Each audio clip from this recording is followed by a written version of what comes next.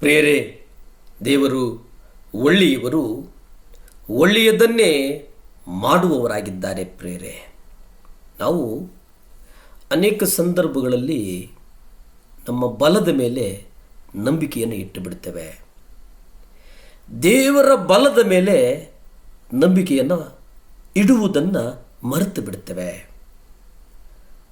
ನಮ್ಮ ಉದ್ಯೋಗದ ಮೇಲೆ, ನಮ್ಮ ಹಣದ ಮೇಲೆ, ನಮ್ಮ ಅಂತಸ್ತಿನ ಮೇಲೆ, ನಮ್ಮ ಇನ್ಫ್ಲೂಯೆನ್ಸ್ ಮೇಲೆ, ನಮಗಿರ್ತಕ್ಕಂಥ ಅಧಿಕಾರದ ಬಲದ ಮೇಲೆ ನಮಗೆ ನಂಬಿಕೆ ಹೆಚ್ಚು. ಆದರೆ ಇವೆಲ್ಲದಕ್ಕಿಂತ ಮುಖ್ಯವಾಗಿ ದೇವರ ಸನ್ನಿಧಾನದಲ್ಲಿ ಕುಳಿತು ದೇವರಿಗಾಗಿ, ನಮ್ಮ ಅಗತ್ಯಗಳಿಗಾಗಿ ಬೇಡುವುದಿದೆಯಲ್ಲ, ನಮ್ಮ ಅಗತ್ಯಗಳಿಗಾಗಿ ಸ್ತೋತ್ರ ಮಾಡುವುದಿದೆಯಲ್ಲ, ನಮ್ಮ ಅಗತ್ಯಗಳಿಗಾಗಿ ದೇವರನ್ನು ಕೊಂಡಾಡುವುದಿದೆಯಲ್ಲ, ಅದು ಮಹತ್ವವಾದದ್ದು. ಅದು ಯಾಕೆ ಮಹತ್ವ ಅಂತಂದರೆ, ಅದು ದೇವರ ಮೂಲಕ ಅತ್ಯದ್ಭುತಗಳನ್ನು ಮಾಡುವಂಥದ್ದು. ಪವಿತ್ರಾತ್ಮನ ಮೇಲೆ ಭರವಸೆ ಇಟ್ಟು ಮಾಡುವಂಥದ್ದು, ಶಾಶ್ವತವಾದಂಥದ್ದು, ನೆಲೆ ನಿಲ್ಲುವಂಥದ್ದು, ನಮ್ಮನ್ನು ನಡೆಸುವಂಥದ್ದು, ಕಾರ್ಯಗತಗೊಳಿಸುವಂಥದ್ದು, ಅನುದಿನದ ಆಹಾರದ ಕಡೆ ನಡೆಸುವಂಥದ್ದನ್ನು ನಾವು ನೆನೆಸುವವರಾಗಿದ್ದೇವೆ. ಪ್ರಿಯರೇ, ಪ್ರಕಟಣೆ 19ನೇ ಅಧ್ಯಾಯ 8 ನಾವು ನೋಡುವುದಾದರೆ, ಇಲ್ಲಿ ನಿರ್ಮಲವಾದ ಬಿಳಿ ನಯನವಾದ ನಾರುಮಡಿಯನ್ನು ಧರಿಸಿಕೊಳ್ಳುವುದಕ್ಕೆ ಆಕೆಗೆ ಅನುಗ್ರಹಿಸೋಣವಾಗಿತ್ತು. ಯಾಕೆಂದರೆ ಆ ನಾರುಮಡಿಯು ಪರಿಶುದ್ಧರ ನೀತಿಯೇ.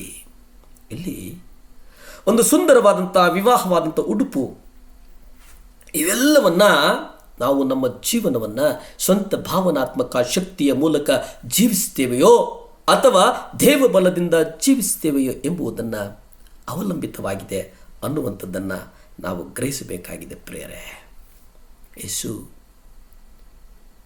ತನ್ನ ಸೇವೆಯಲ್ಲಿ ಪವಿತ್ರಾತ್ಮನ ಶಕ್ತಿ, ಆ ಶಕ್ತಿಗೆ ಬಹಳ ಮಹತ್ವಪೂರ್ಣವಾದಂಥದ್ದನ್ನು ಕೊಟ್ಟರು. ಮತ್ತಾಯ 3ನೇ ಅಧ್ಯಾಯ 17 ನಾವು ನೋಡುವುದಾದರೆ,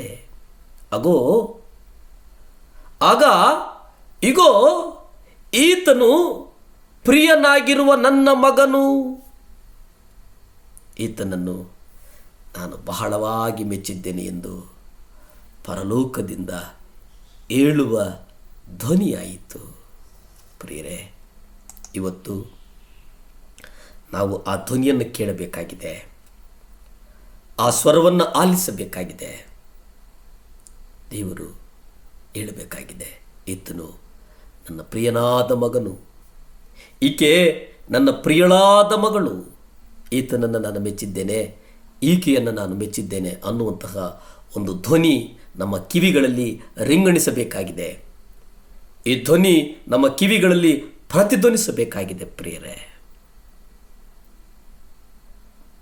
ಪವಿತ್ರಾತ್ಮನ ಶಕ್ತಿಯ ಮೂಲಕ ಪರಿಪೂರ್ಣ ಪವಿತ್ರತೆಯನ್ನು ಜೀವಿಸುವಂತಹ ಜೀವನ ನಮಗೆ ಬೇಕಾಗಿದೆ. ಪವಿತ್ರಾತ್ಮನ ಅಭಿಷೇಕ ನಮಗೆ ಅವಶ್ಯಕತೆ ಇದೆ. ನಾವು ಅಭಿಷೇಕಕ್ಕಾಗಿ ಪ್ರಾರ್ಥಿಸೋಣ, ಅಭಿಷೇಕವನ್ನು ಏರಳವಾಗಿ ಹೊಂದಿಕೊಳ್ಳೋಣ. ಲೂಕ 3ನೇ ಅಧ್ಯಾಯ 21, 22 ನೀವು ನೋಡುವುದಾದರೆ, ಅಲ್ಲಿ ಜನರೆಲ್ಲರೂ ಬ್ಯಾಪ್ಟಿಸಮ್ ಮಾಡಿಕೊಂಡ ಮೇಲೆ ಆದದ್ದೇನೆಂದರೆ, ಯೇಸು ಸಹ ಬ್ಯಾಪ್ಟಿಸಮ್ ಮಾಡಿಕೊಂಡು ಪ್ರಾರ್ಥಿಸುತ್ತಿದ್ದಾಗ ಆಕಾಶವು ತೆರೆಯಲ್ಪಟ್ಟಿತು. ಆಗ ಪರಿಶುದ್ಧಾತ್ಮನು ಪಾರಿವಾಳದ ದೇಹಕಾರದಲ್ಲಿ ಇಳಿದನು. ನೀನು ಪ್ರಿಯನಾಗಿರುವ ನನ್ನ ಮಗನು, ನಿನ್ನಲ್ಲಿ ನಾನು ಆನಂದಿಸುತ್ತೇನೆ ಎಂಬ ಧ್ವನಿಯು ಪರಲೋಕದೊಳಗಿಂದ ಧ್ವನಿಸಿತು. ಪರಲೋಕದಿಂದ ಬಂತು ಪ್ರಾರ್ಥನೆ. ಆ ಧ್ವನಿ ನಮಗೆ ಬೇಕಾಗಿದೆ, ಆ ಧ್ವನಿ ನಮ್ಮೊಳಗಡೆ ಧ್ವನಿಸಬೇಕಾಗಿದೆ. ಪ್ರಾರ್ಥನೆ ಮಾಡಿಕೊಳ್ಳೋಣ. ಭೂಮಿ ಆಕಾಶಗಳನ್ನು ಉಂಟು ಮಾಡಿದಂಥ ಸರ್ವಶಕ್ತನಾದಂಥ ದೇವರ ಸ್ತೋತ್ರನಪ್ಪ. ದೇವಾ, ಸಹಾಯ ಮಾಡಪ್ಪ. ರಾಜ, ಸಹಾಯ ಮಾಡಪ್ಪ. ಇಮ್ಮಾನುವೇಲದಂಥ ದೇವರ ಸಹಾಯ ಮಾಡು ಸ್ವಾಮಿ. ಒಪ್ಪಿಸಿಕೊಡ್ತೇವಯ್ಯ ದೇವರೇ. ಅಪ್ಪ, ಅಭಿಷೇಕಿಸಪ್ಪ ದೇವರೇ, ನಿಮ್ಮ ರಕ್ತದಿಂದ ನಮ್ಮನ್ನು ಅಭಿಷೇಕ ಮಾಡು ಸ್ವಾಮಿ. ನಮ್ಮ ಪಾಪಗಳನ್ನು ಮನ್ನಿಸು. ನಾವು ಪಾಪಗಳನ್ನು ಅರಿಕೆ ಮಾಡ್ತಾ ಇದ್ದೇವಪ್ಪ. ನಮ್ಮ ಪಾಪಗಳನ್ನು ಮನ್ನಿಸಪ್ಪ, ಸಹಾಯ ಮಾಡಪ್ಪ, ಸೌಖ್ಯ ಕೊಡಪ್ಪ. ಸ್ತುತಿ, ಘನ, ಮಾನ, ಮಹಿಮೆ ನಿಮ್ಮೊಬ್ಬರಿಗೇ ಸಲ್ಲಿ ತಂದೆ. ಆಮೇನ್, ಆಮೇನ್.